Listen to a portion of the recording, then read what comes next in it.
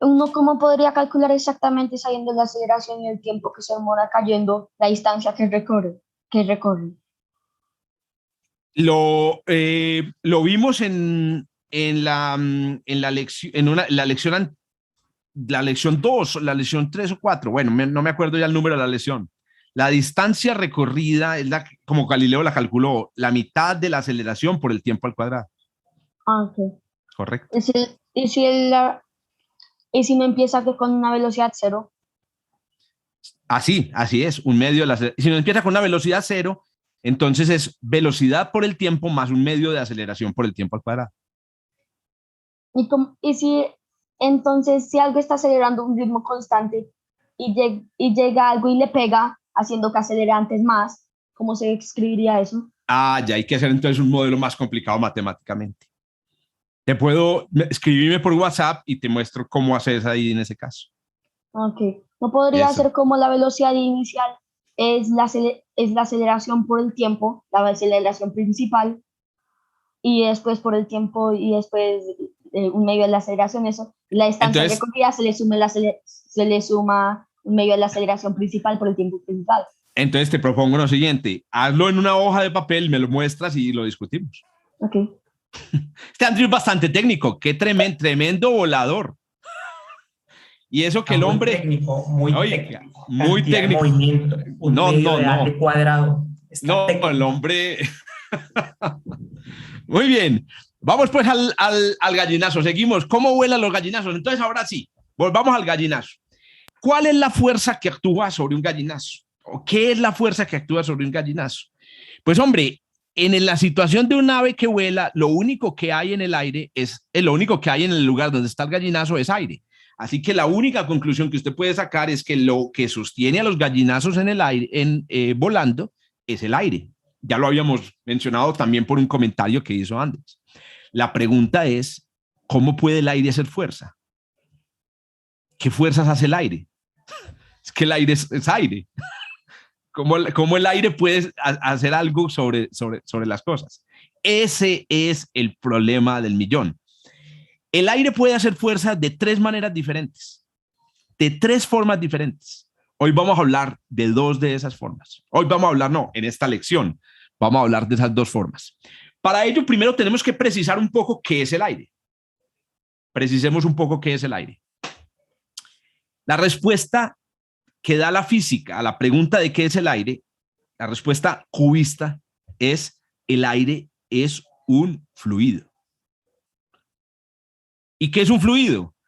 Hay varias maneras de responder a esa pregunta. Una es dando ejemplos, ¿cierto? Esto es un fluido, la roca no es un fluido, el aire no es un fluido, la gelatina no es un fluido, ni la cuchara ni el plato. Dar una definición mostrando ejemplos es una manera muy útil cuando uno está hablando con los niños que están empezando a entrar en contacto con el lenguaje, ¿cierto? Esto es el baño, este no es el baño, ¿cierto? Aquí se orina, aquí no se orina. Pero en realidad, si tú vas a construir conceptualmente una cosa, no puedes partir de ejemplos. Y esta es otra manera de mostrarle a ustedes cómo funciona la física. La física no funciona mostrando ejemplos. La biología sí, por ejemplo. La biología muestra ejemplos. ¿Qué es un gallinazo? Este. Si tienen las plumas para otro lado, no es un gallinazo. La física no puede hacer esto. La física tiene que ofrecer definiciones generales de lo que es un fluido. Yo quiero escucharlos a ustedes, contarme la versión más fina que tengan, o la versión más, digamos, elaborada, o la versión más general que tengan para decir qué es un fluido. A ver, cuéntenme. ¿Qué es un fluido?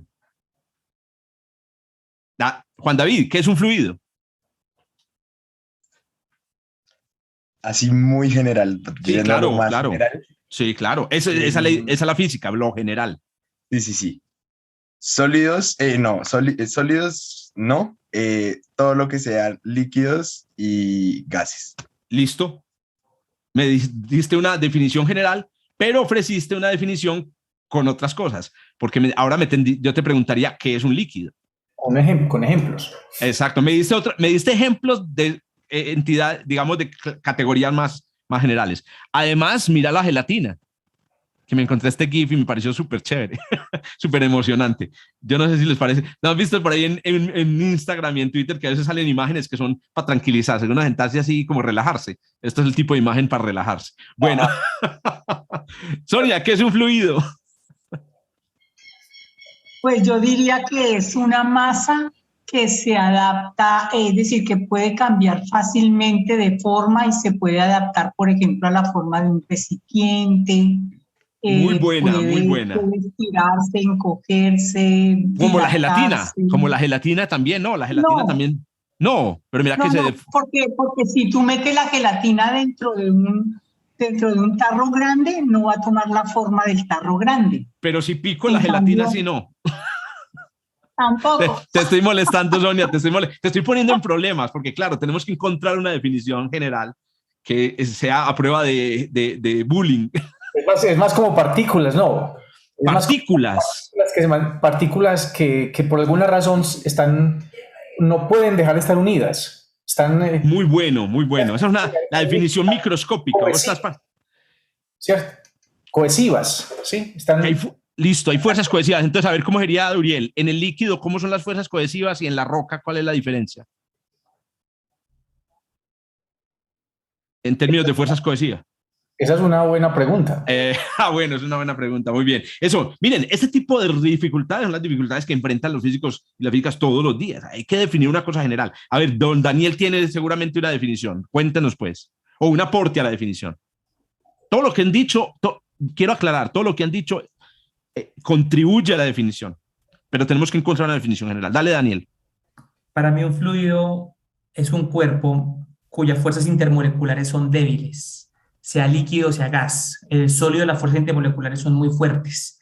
Y al ser las fuerzas intermoleculares, o sea, las fuerzas entre partículas débiles, ahí podríamos meterse el cuento de momentum de lo que estaba hablando el profe, pero para mí el hecho de que las fuerzas intermoleculares sean débiles en líquidos o aún más débiles en gases, hace que un fluido sea un cuerpo que no tiene rigidez, que carece de rigidez, que carece de elasticidad. ¿Y la gelatina qué? Cede, y que aparte, para terminar, perdón, profe, cede ante fuerzas externas. Y eso es lo que dice la profe Sonia, terminar ocupando el volumen de lo que lo contiene, porque cede a toda velocidad, cede automáticamente a cualquier fuerza externa. Entonces, buenísimo. Me gusta. Entonces, por eso muchísimo. termina acomodándose a cualquier volumen donde está. Me gusta muchísimo tu aporte. Excelente, Dani. Juan David, ibas a ver, perdón, ¿Sonia dejó levantada la mano o le va a decir algo? La dejó levantada. Juan David iba a agregar algo a la definición de lo que es un fluido. Sí, yo la volví a levantar para ponernos aún en más problemas. Hágale. Y entonces, bueno, dentro de esas fuerzas intermoleculares, ¿dónde ponemos al plasma, por ejemplo? El plasma también es un fluido. Exacto, sí. El plasma también es un fluido, pero en el plasma hay fuerzas interatómicas, interiones muy poderosas. Oiga, las definiciones basadas en el mundo microscópico son muy poderosas en la física y resuelven un montón de cosas. Entonces, la estrategia de Uriel y de Juan David y de Daniel estuvo súper chévere. La definición rigurosa, pues, no es la única, no, es una definición rigurosa de un fluido, se basa en un fenómeno muy especial. Imagínense que yo tengo un cuerpo cualquiera, aquí tengo un bloque de un cuerpo cualquiera puesto sobre una mesa. Se ve muy clarito porque, bueno, me disculpan el color, debía haber puesto un poquito más oscuro. Se ve. Se alcanza a ver, gracias, Uriel. Bueno, muy bien. La primera idea para poder entender lo que es un fluido, que es muy común en la descripción de los fenómenos con fluidos, como el vuelo ocurre dentro de los fluidos, tenemos que entender esto, es que los fluidos son aquellos cuerpos, los cuerpos que estamos tratando aquí, son cuerpos que mentalmente la física divide para analizar, digamos, por separado, en unidades, cuántas unidades usted necesita en una determinada descripción. Es decir, usted este cuerpo, cuando lo describe como un cuerpo que llaman continuo, usted lo puede dividir, por ejemplo, como lo dice aquí, en 12 unidades. Cada una de esas unidades puede ser tratada como un cuerpo independiente. Por ejemplo, cada una de las unidades de este cuerpo podría ser una regla, un martillo, tiene un peso, tiene asociado un peso. Recuerden que el peso es un concepto técnico que utilizamos para describir la manera como el cuerpo está interactuando, como lo dijo Sonia, con el espacio-tiempo. Ahora bien, piensen en esto. ¿En cuántas partes puedo yo partir un fluido? En las que quiera. En el análisis de este cuerpo, realmente yo puedo partirlo solo en dos partes. ¿Y cómo lo parto en dos partes? Normalmente lo que hacen las personas que describen cuerpos continuos es que cogen cada una de las partes en las que dividieron el cuerpo previamente y, por ejemplo, cada una tiene un peso y suman los pesos de cada una de esas partes y eso le da un peso total. Todos sabemos que ese peso realmente es el peso de cada una de las partecitas microscópicas que tiene el cuerpo. Entonces, dibujar una flecha como asociando un peso a un cuerpo que es grande es una cosa que es de ese cubismo de la física, de esa manera de pensar en la física de manera muy simple. Ahora bien, miren qué pasa. ¿Por qué dividí el cuerpo en dos partes? Una parte está apoyada sobre la mesa y otra parte no está apoyada en nada. La parte que está apoyada sobre la mesa sufre una fuerza o experimenta una fuerza del piso. Y esa fuerza se puede pensar de varias maneras, ya a la luz de todo lo que hemos dicho. Una, se puede pensar como la fuerza que le tiene que hacer el piso para que siga un camino no inercial en el espacio-tiempo. O usted la puede pensar como una reacción al peso del cuerpo. Eso también es una forma válida de pensamiento tecnológico y de modelo. Ahora, esas dos fuerzas son exactamente idénticas y como son exactamente idénticas, nadie las considera. Nadie considera, uno asume que este cuerpo se dice está en equilibrio. Pero ¿qué pasa con este lado del cuerpo? En este lado del cuerpo no existe el equivalente a una fuerza que impida que el cuerpo caiga. Se dice que el cuerpo está sometido a un esfuerzo de cizalladura. Cuando un cuerpo extendido tiene una fuerza, está sometido a una fuerza que tiende a partir el cuerpo, que va en dirección, digamos, como perpendicular, se dice que está sometido a un esfuerzo de cizalladura. Es exactamente lo que estaba mencionando Daniel. El cuerpo, el cuerpo continuo, el objeto, entonces está sometido a esfuerzos por todas partes y uno de ellos son esfuerzos que tratan de deformar el cuerpo. Si el cuerpo es muy frágil, se quiebra. Si el cuerpo es muy frágil, se quiebra. Y eso es lo que sucede si usted pone, qué sé yo, ¿cierto? Si usted pone un objeto muy frágil, una varillita de vidrio muy frágil, la pone en el borde de una mesa, el peso de la parte que emerge se quiebra. Pues bien, la definición que utilizamos en física para un fluido es un cuerpo o una sustancia que se quiebra con cualquier esfuerzo de cizalladura. Cualquier esfuerzo de cizalladura quiebra a un fluido. Esa es lo más cercano que escuché de ahorita en la discusión fue exactamente lo que decía Daniel. Los fluidos básicamente no aguantan ningún esfuerzo de cizalladura. Nada que intente quebrarlos, nada que intente deformarlos, impide que se deformen. En cambio, yo pongo un celular, yo cojo un celular y miren que el celular aguanta el esfuerzo de cizalladura. Ese cuerpo es sólido, no es fluido, porque aguanta el esfuerzo de cizalladura. Miren que... Dale. El tiempo. ¿Cómo dices? El tiempo, muy interesante. ¿Cierto? El tiempo. Porque hay experimentos que muestran, por ejemplo, una gota de brea. Correcto. Uno puede colocar justamente como el modelo, dividirlo en dos partes, dividirlo en la mitad y Sí. mitad. Se da cuenta que básicamente, pues como que va en contra de la definición de que se quiebra con cualquier esfuerzo de ensayadura, porque realmente permanece totalmente inmóvil, pero al pasar años, realmente gotea como lo haría un fluido, como cae una gota. Sí, muy buena. ¿Sabes qué pensé? Perdón, Uriel, dale, termina. No, ahí termino. Entonces el tiempo sí importa, o sea, el tiempo es una variable ahí para saber si es un fluido o no lo es. De acuerdo. Es una idea, es una idea que ha estado rondando en la física de si el tiempo que, digamos, como tú dices, actúa la fuerza, si el tiempo produce el cambio en el objeto, entonces el cuerpo estaría en la definición de fluido, pero no es así, Uriel. La mecánica de fluidos, que es el estudio del movimiento y las fuerzas en los fluidos, establece que en realidad un cuerpo, por ejemplo, hay un ejemplo muy conocido en el mundo de la física y es el de los vitrales de las iglesias del medioevo, que hoy en día son más gruesas en la parte de abajo que en la parte de arriba. Entonces dicen, el vidrio ha fluido, se ha ido regando. Y han descubierto que, primero, no es así, no se ha regado, sino que en la técnica de fabricación hacía que el vidrio quedara más delgado en la parte de arriba que en la de abajo. Y segundo, que inclusive si tenés un flujo muy lento, eso no hace al cuerpo un fluido, no lo hace un fluido. Entonces, para distinguir un fluido de otro, usted tiene que hacer este experimento. Este cuerpo verde no es fluido, ¿cierto? Pero si usted, ¿qué fue lo que hice para hacer la animación? Si usted pone el cuerpo y el cuerpo, ojo, aquí va a haber un esfuerzo de cizalladura y el cuerpo se deforma, no importa el esfuerzo de cizalladura. Miren qué pasa si yo cojo el fluido, miren qué pasa si yo cojo el fluido y le pongo un esfuerzo de cizalladura pequeña. ¿Cómo se le pone un esfuerzo de cizalladura pequeña? La gravedad menor, por ejemplo. Aquí. O poniendo una gravedad menor, vean. A pesar de que el esfuerzo de cizalladura en este lado del objeto es muy chiquitico, ¿cierto? Vos tenés un flujo. El cuerpo automáticamente cambia de forma. Muchachos, no es para que eliminen todo lo que ustedes concebían sobre la que era un fluido, es para que lo enriquezcan. Agreguen a esa red de conceptos un concepto nuevo, el concepto de debilidad ante las fuerzas de cizalladura. Doña Silvia, pregunte o comente. Estaba pensando en otro material que con el tiempo también fluye, que es, no sé si se llama el cemento, el de las carreteras, ¿no? Que con el tiempo va fluyendo. Pero Sí, entonces señora. mi pregunta sería, ¿cuál es ese límite de tiempo? ¿No? ¿Es un instante o cuál es ese límite de tiempo para considerar a un cuerpo? Muy buena pregunta. Entonces, ahí hay que responder con el cubismo de la física. 0. Si en tiempo t igual a 0 empieza el cuerpo a deformarse, es un fluido.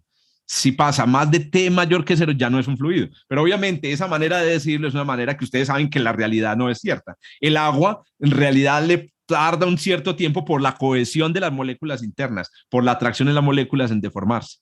Entonces, no exageremos, pero realmente si fuéramos a establecer un límite riguroso, deberíamos decir que es 0. 0 es el tiempo. Ahora, el hecho de que no aguante ningún esfuerzo de cizalladura es responsable de la propiedad que mencionaba Sonia y Daniel. Y es que si usted pone un líquido, espérate, yo termino esta idea. Si tú pones un líquido en un recipiente, automáticamente los esfuerzos de cizalladura van a hacer que el líquido termine, digamos, fluyendo, que es el resultado de lo que pasa con el esfuerzo, adaptándose a la forma del recipiente. En estos 3 recipientes puede haber la misma cantidad de fluido, pero, digamos, en formas diferentes. Ahora bien, hay 2 tipos de fluido, de acuerdo a esto. El primer tipo de fluido es un líquido, el segundo es un gas. Son 2 fluidos diferentes. Háganme el favor y me explican cuál es la diferencia, si son fluidos los 2, entre un líquido y un gas. Antes de responder la pregunta de... Los 2 son fluidos. Vea, aquí hay líquido y aquí hay aire en el recipiente. Agua y aire. Los 2 son fluidos. Los 2 se adaptan a la forma del recipiente. ¿Qué diferencia el gas del líquido? Yo sé, La densidad. Andrew, dale, contestar. el gas se puede comprimir. El gas se puede comprimir. Bueno, eso es una propiedad muy interesante, pero ¿cómo lo viste ahí en ese dibujo? No se ve. Ah, es que se llama, yo veo más allá de lo evidente. Uriel iba a hacer una anotación. Sí, digamos que una de las propiedades también ahí es que pues la densidad, o sea, La densidad. La densidad. Claro, ¿cierto? que les digo una cosa, el centro del Sol tiene una densidad que es 20 veces la del oro, pero es gas. El centro del Sol es gas. Bueno, para ser más preciso, como dice Juan David, un plasma. Entonces la densidad no es un buen criterio, pero sí es un criterio práctico. Doña Sonia. Yo creo que la diferencia está en que las partículas de gas se mueven mucho y las de líquido no. Estás apelando a la regla, al mundo microscópico. Muy buena. Claro, hay una libertad mayor, pero la verdad es que ¿dónde pones los límites? Profe, Señor. Para mí la diferencia es que el gas tiende a ocupar el máximo volumen que puede ocupar. En cambio, el líquido puede quedar más bajito y queda un espacio arriba. Andrés, esa es la manera de describir lo que tú dijiste. Excelente, Dani y Andrew. Los gases pueden ocupar el máximo volumen que se les permita ocupar. Se adaptan al volumen, pero además ocupan todo el volumen. Se dice que son fluidos compresibles, aunque ahí lo que parece es que se descomprimen. Compresible significa que si usted los ubica en un recipiente chiquitiquito, ahí se meten también el gas. En cambio, los líquidos son fluidos incompresibles. Compresible significa que su volumen puede cambiar. Incompresible significa que su volumen no puede cambiar. El líquido se adapta a la forma del recipiente, pero su volumen se mantiene el mismo. El gas no. El gas cambia su volumen. ¿Qué os, Sonia? Hasta Sonia, hombre, siempre emocionándome con la pregunta.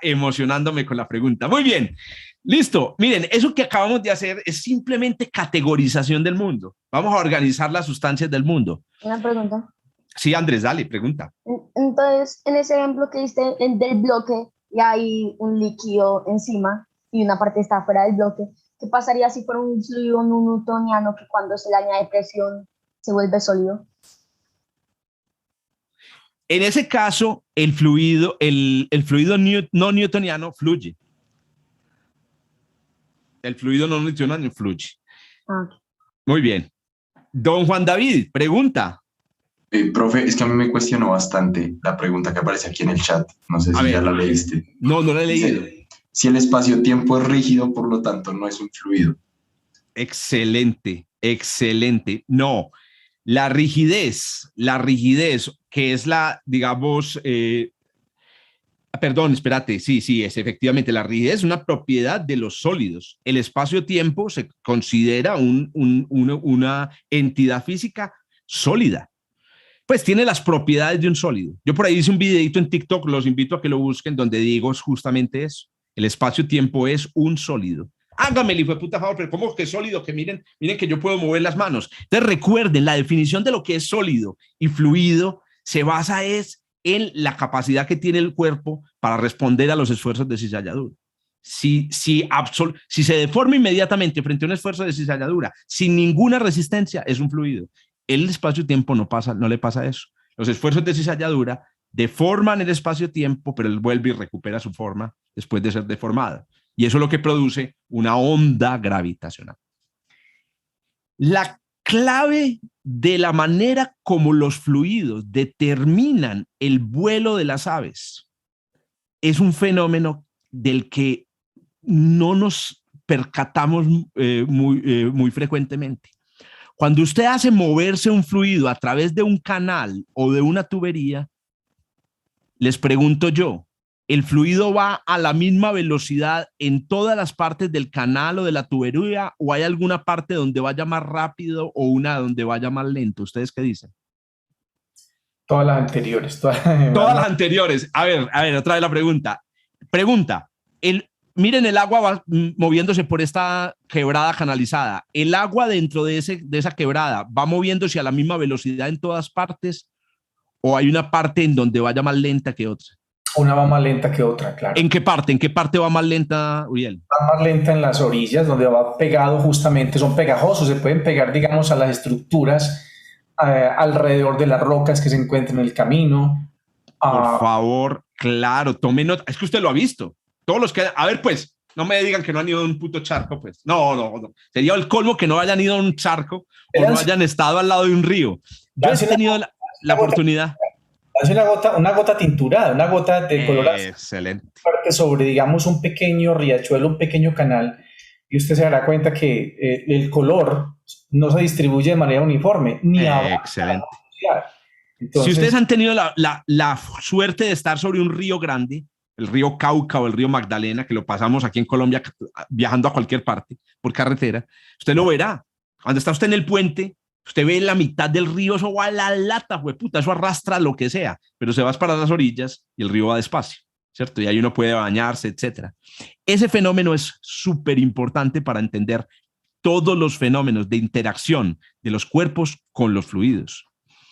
Un fluido en movimiento a través de un canal, una canalización, entonces se puede modelar, esta es la canalidad del canal, la mangueridad de la manguera.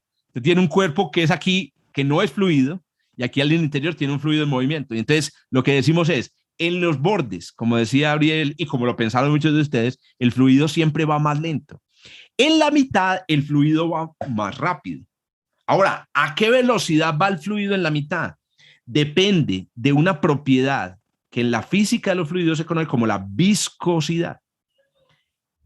Un fluido de baja viscosidad va muy rápido por la mitad y muy despacio por los bordes. Correcto.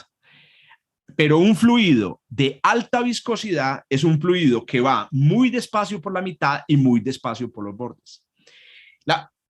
Primero, el fluido va despacio en los bordes por la fricción que sufre el fluido con los objetos rígidos que hay alrededor suyo. Una pregunta. Y el fluido no va a la misma velocidad, Andrés, espérate que Ashley va a preguntar. El fluido no va a la misma velocidad dependiendo de su viscosidad, porque dentro del fluido mismo también hay fricción. La viscosidad mide la fricción dentro de un fluido. La salsa de tomate es muy viscosa.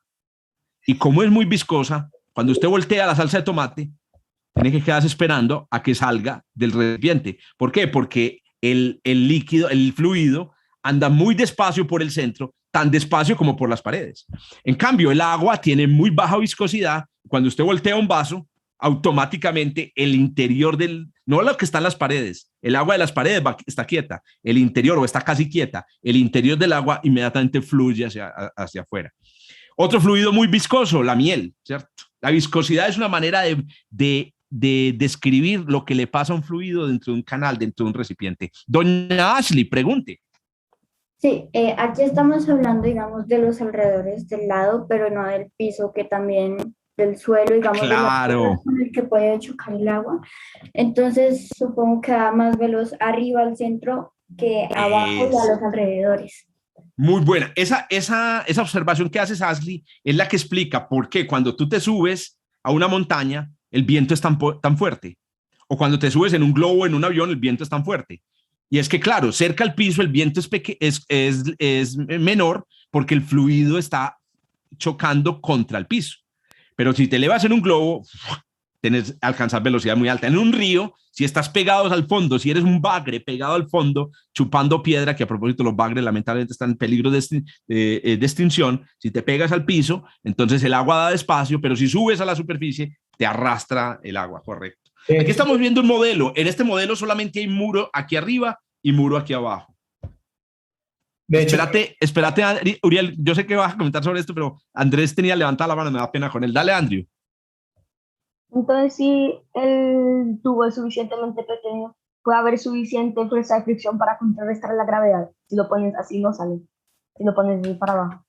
Andrés va a ser profesor del curso del diploma dentro de unos añitos. Claro, excelente, Andrew. Por el principio de Bernoulli, como es más pequeño, no debería ir más rápido. Es que Andrew, claro, Andrew es el ejemplo de que ustedes no son tabula rasa, ustedes llegan aquí con todo un bagaje científico, etcétera. Lo que yo les estoy pidiendo aquí es que hagamos un ejercicio de una terapia juntos de organización de las ideas. Vamos organizando las ideas, vamos poniéndolas en un orden, vamos utilizándolas para responder preguntas. Claro, Andrew, todo lo que estás diciendo es cierto, todo lo que están mencionando del principio de Bernoulli, que eventualmente también lo vamos a utilizar cuando hablemos, por ejemplo, de ondas, instrumentos musicales, pero entonces llegará el momento. Doña Sonia, ¿qué ibas a comentar? Antes de comentar, también que tenía la mano levantada. Estaba pensando en la sangre y en las venas. Claro. Como los tubos son tan delgados. Sí, señora. Entonces, sí, también se le aplica el mismo fenómeno porque entonces la sangre iría a una velocidad en la mitad y a otra en los bordes. Eso no generaría turbulencia. Claro, resulta que el hecho de que la sangre vaya más lento en los bordes es lo que forma las acumulaciones de grasa que llamamos, ¿cómo se le llaman a estas acumulaciones? Estos, cuando uno sufre. ¿Cómo se le llama? Coágulos también se puede llamar. Sí, pero eso tiene un nombre. Todas las arterias digamos, las vías del sistema circulatorio van desarrollando la esclerosis. Y es la formación de tejido graso en las paredes. ¿Por qué? Porque por ahí la sangre va muy despacio. En la mitad, donde el flujo es muy, muy alto, es muy difícil que se empiecen a formar digamos, grandes cadenas de hidrocarburos. Argiro Entonces, dice que se llama ateromas. Ateromas dice por aquí. gracias, Uriel. Gracias, Uriel. Dice Entonces, en la sangre no, en la sangre también hay un flujo muy lento en los bordes y un flujo rápido por la mitad. Don Uriel iba a comentar ahora sí. Comente, pues, hermano.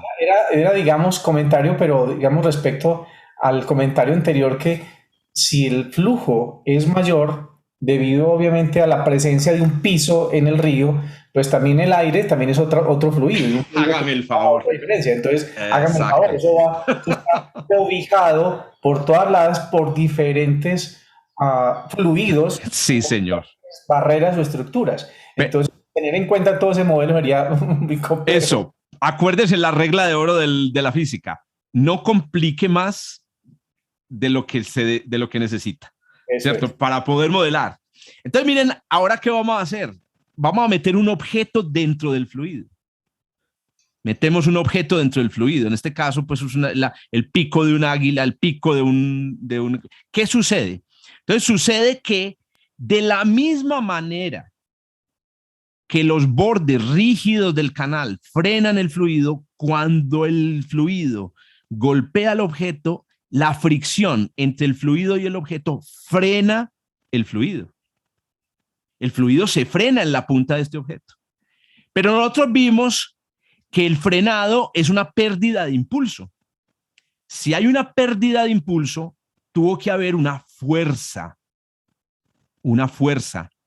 El objeto realiza una fuerza en esta dirección para frenar el fluido. Correcto.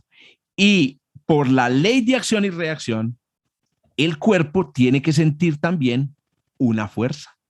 De la misma manera, entonces, claro, porque ¿a dónde se va este impulso? Este impulso tiene que irse al objeto.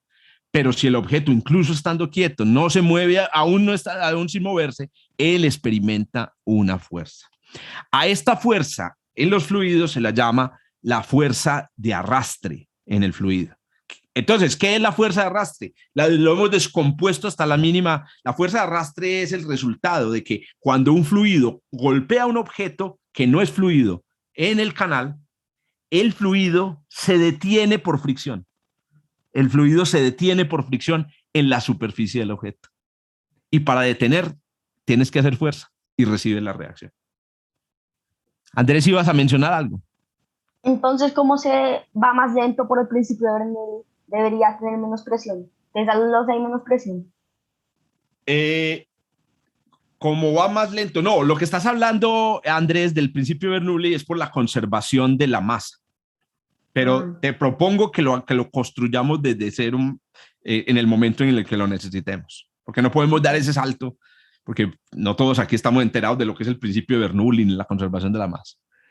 Bueno, hay un detalle en este experimento. Entonces, miren, una conclusión muy interesante. Cualquier cuerpo metido dentro de un fluido va a experimentar un arrastre. Estas son cosas que ustedes saben. Yo no estoy diciendo nada nuevo. Yo lo que estoy diciendo es mostrándoles desde abajo cómo vamos construyendo esto. Pero miren una cosa muy extraña. ¿Qué pasa detrás de...? Yo sé que el fluido aquí pasa por los bordes y se detiene en la superficie, pero ¿qué pasa detrás de este objeto? Entonces, si usted, para analizar esto, usted lo que hace es imaginarse por parcelas del fluido que se mueven alrededor del objeto. A estas líneas que son el camino que siguen parcelas del fluido alrededor del objeto se los llama en la física de los fluidos líneas de flujo. Resulta que las líneas de flujo alrededor de este objeto, por aquí adelante, son líneas de flujo que son, digamos, tranquilas.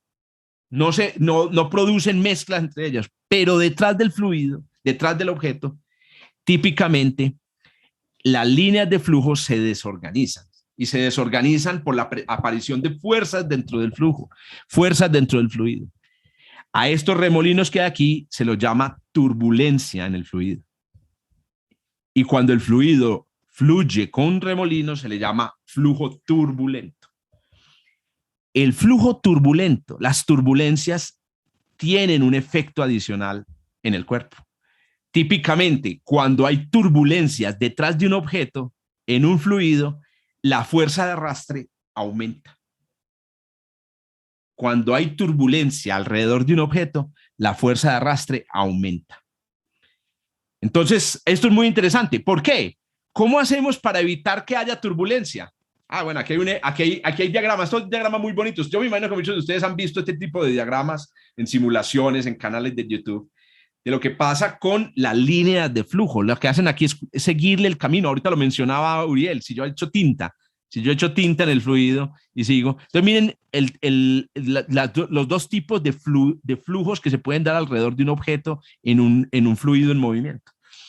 A estos dos tipos de flujos se los llaman flujo laminar. Entonces, cuando el fluido no se mezcla, se habla de flujo laminar, y a este se lo llama flujo turbulento. ¿Qué pasa? Una manera de lograr que haya flujo laminar a lo largo de todo digamos, de un objeto es darle al objeto una forma que permita o que impida la formación de turbulencias. Entonces, miren que si el objeto termina en recto aquí, entonces se forman turbulencias detrás del objeto. Pero si el objeto termina en punta también, ya no se forman turbulencias. Y en ese caso, la fuerza de arrastre es menor. Entonces, recuerden que la fuerza de arrastre es producida por la fricción. Con turbulencias aumenta la fuerza de arrastres. Y adicionalmente, si usted garantiza que el flujo sea laminar, usted garantiza que la fuerza de arrastre sea menor. Se dice que este objeto tiene una forma hidrodinámica, porque garantiza flujo laminar, o por lo menos la mayor cantidad posible de flujo laminar. No siempre se garantiza. Garantizar el flujo laminar es durísimo, porque los fluidos son muy complejos, el movimiento de los fluidos es muy complejo. Las aves tienen formas aerodinámicas, los peces tienen formas hidrodinámicas, porque ellos necesitan vivir en un fluido y garantizar que no haya mucha resistencia a su movimiento. Aquí, este video también me pareció muy bonito. Este video es un software. Aquí se lo digo a Uriel, porque yo sé que Uriel es ingeniero. ¿Qué nota de software? No lo he podido conseguir. Uriel, que es tan curioso. Ya van a ver por qué es un software. Entonces, miren, ponen un objeto circular y miran cómo, pero miren eso, miren cómo alguien controla el software. Y miren lo que va a hacer. Ahí tienen flujo turbulento detrás de la esfera, pero si usted le da una forma aerodinámica, el flujo se organiza y desaparece el flujo turbulento. Todavía hay algo de turbulencia, mírenla aquí atrás. Todavía hay algo de turbulencia, pero ya es un poco más organizada. Y miren qué sucede si yo le pongo punta adelante. Una belleza, una belleza. El diseño aerodinámico consiste básicamente en buscar las formas que reduzcan el arrastre aerodinámico de un cuerpo. La evolución natural es el mayor diseñador aerodinámico que se conoce. Yo no sé si ustedes han visto los merlines, que son unos peces enormes que tienen una uña en la punta, que viajan a velocidades, muchachos, que son imposibles para el agua. El agua es muy viscosa para los organismos vivos. Viajar en el agua a más de 30 kilómetros por hora es horriblemente complicado. Los barcos no van muy rápido. Para que un barco vaya muy rápido, tiene que elevarse casi que sobre el agua. Por ejemplo, las lanchas, cuando se levantan sobre el agua y evitan el arrastre del agua. Pero hay peces que van a 100 kilómetros por hora. ¿Cómo lo hacen? Lo hacen a través del ensayo y el error durante 400 millones de años. Un diseñador de fluidos, de aerodinámico, que tiene 400 millones de años para ensayo y error. El algoritmo perfecto, hermano. Es el algoritmo perfecto. Algoritmo con paciencia. Yo tengo una llave aquí en la cocina. Sí. La abro un poco. Ajá. Muy bien. La turbulencia genera un ruido que se puede escuchar 4 o 5 apartamentos de arriba. Correcto. Hágame el favor, una cosa horrible. Debe tener que ver con que al abrirse la canilla, algo debe estar generando esa fuerza opuesta, de tal manera que esas burbujas tan apretadas al salir a una gran velocidad generan ese sonido. Y la otra digamos, observación es que al abrir la canilla, a veces el agua se comporta de una manera especial, ¿cierto? Que parece que ese chorrito fuera perfecto, fuera casi sólido. Excelente. mantiene su forma, que mantiene su forma. Mejor, entonces Y es también muy difícil por la... ese fenómeno de Correcto. Jorge, porque es muy bacán. Sí, eso es muy difícil de conseguir por la gravedad. La gravedad normalmente hace que el flujo sea turbulento. Lo que produce el sonido Uriel es un fenómeno que se conoce como cavitación. Lo que produce el sonido es la cavitación. La cavitación es la formación de burbujas. Hay alguien que tiene el micrófono prendido. A ver, eso, ya ahí quién sabe que, a veces parece que era Uriel. Produce burbujas y esas burbujas implotan dentro del fluido por la aparición del fluido. La cavitación es lo que hace que las tuberías suenen y se forma principalmente en las esquinas, en las volteadas de los canales. Las volteadas de los canales se producen estas burbujas y eso es el sonido, el ruido blanco que producen las canillas. O sea que en realidad, cuando tú abres una canilla y escuchas, posiblemente el sonido que estás escuchando es el del interior de la canilla y no el del agua. Claro, obviamente el agua al golpear el piso, pues produce un sonido. Entender la dinámica y la interacción entre, ahí volvimos otra vez a escuchar el ruido, quién sabe quién es, creo que es Sonia. A ver, Sonia tiene abierto el micrófono. Ah, no, bueno. Entender la interacción entre los fluidos y los cuerpos es clave, muchachos, para entender el vuelo. Ya estamos llegando, estamos coronando. Les voy a pasar un video, muchachos, en YouTube fantástico sobre este tema, porque los que más le han echado cabeza a esta pregunta han sido ingenieros aeroespaciales, porque ellos tienen que entender esto. Miren este problema, antes de responderle a Uriel. Usted tiene un objeto aerodinámico o hidrodinámico en el agua o en el aire, ¿cierto? Y lo voltea, lo levanta. Entonces, miren, cuando usted lo tiene horizontal, tiene un flujo entrante que transporta un impulso y tiene un flujo saliente que transporta un impulso. Estos dos impulsos no son los mismos porque hay resistencia, hay fricción. Entonces, aquí los pongo como iguales, pero por lo menos son horizontales. Cuando usted tiene un cuerpo inclinado, miren lo que pasa. Atención. El impulso entrante y el impulso saliente tienen una dirección que no es la misma. Resulta que lo que hemos visto nosotros es que la fuerza es la medida de cuánto cambia el impulso. Para poder lograr que el fluido tenga un impulso diagonal, usted tiene que hacer sobre el fluido una fuerza hacia abajo para voltear el impulso.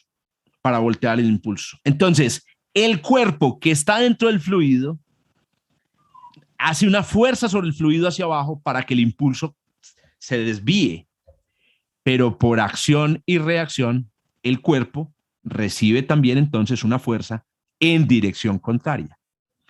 Entonces, resulta que inclinar este cuerpo hace que el cuerpo tienda a salirse, tienda a pegarse del canal.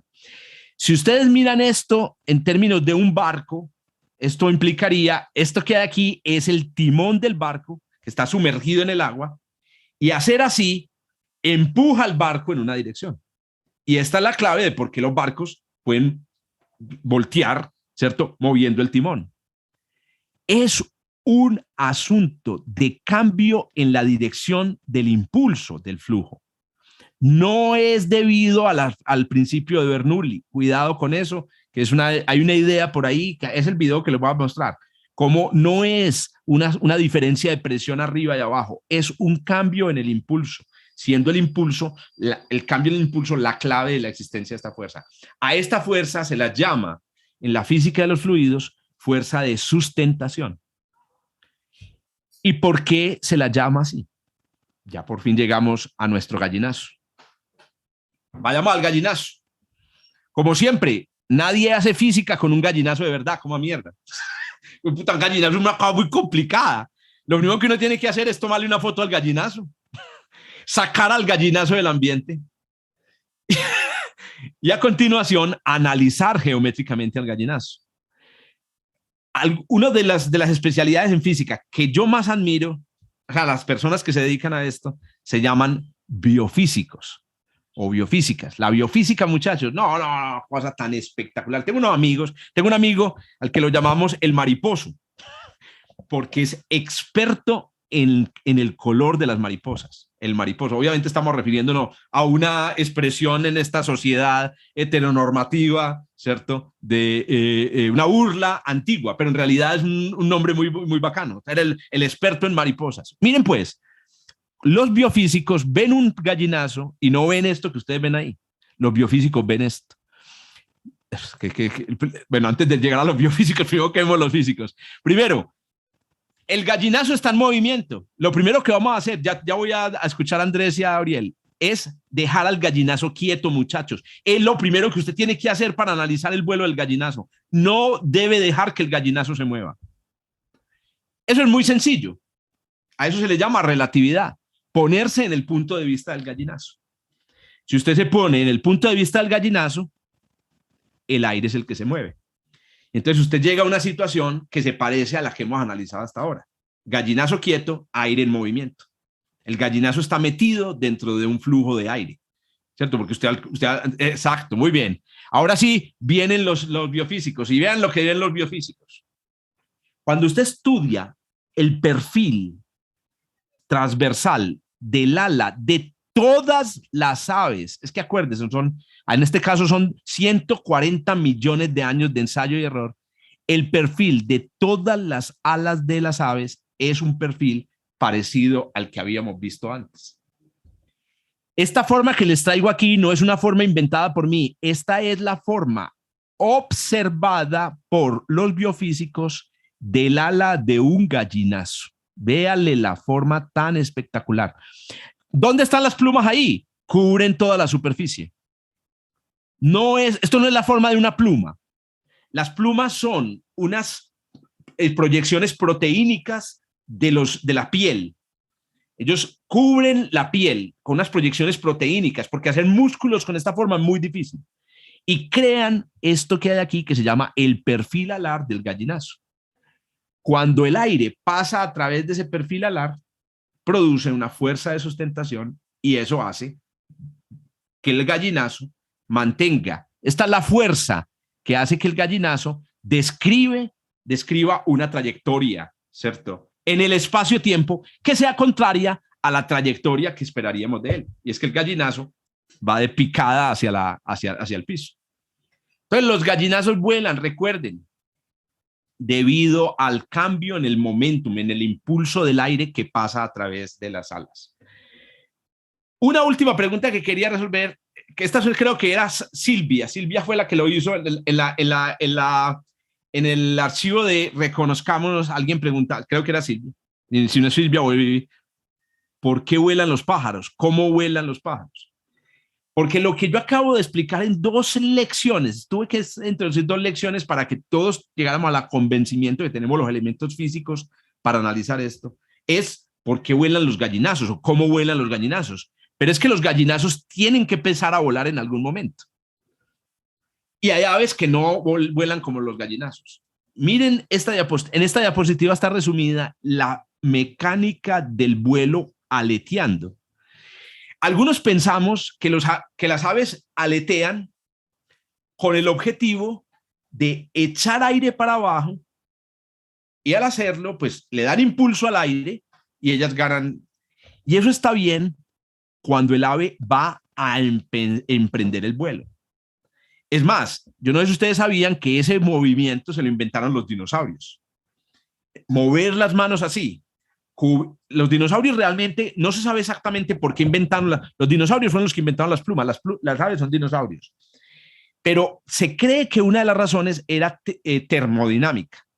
Las plumas se inventaron para taparlos del frío, pero en algún momento ellos descubrieron que al hacer esto podrían medio solivianarse, pero cuando se examinan los fósiles de plumas de los dinosaurios se da uno cuenta que los dinosaurios los primeros dinosaurios alares no tenían la forma aerodinámica correcta para el vuelo.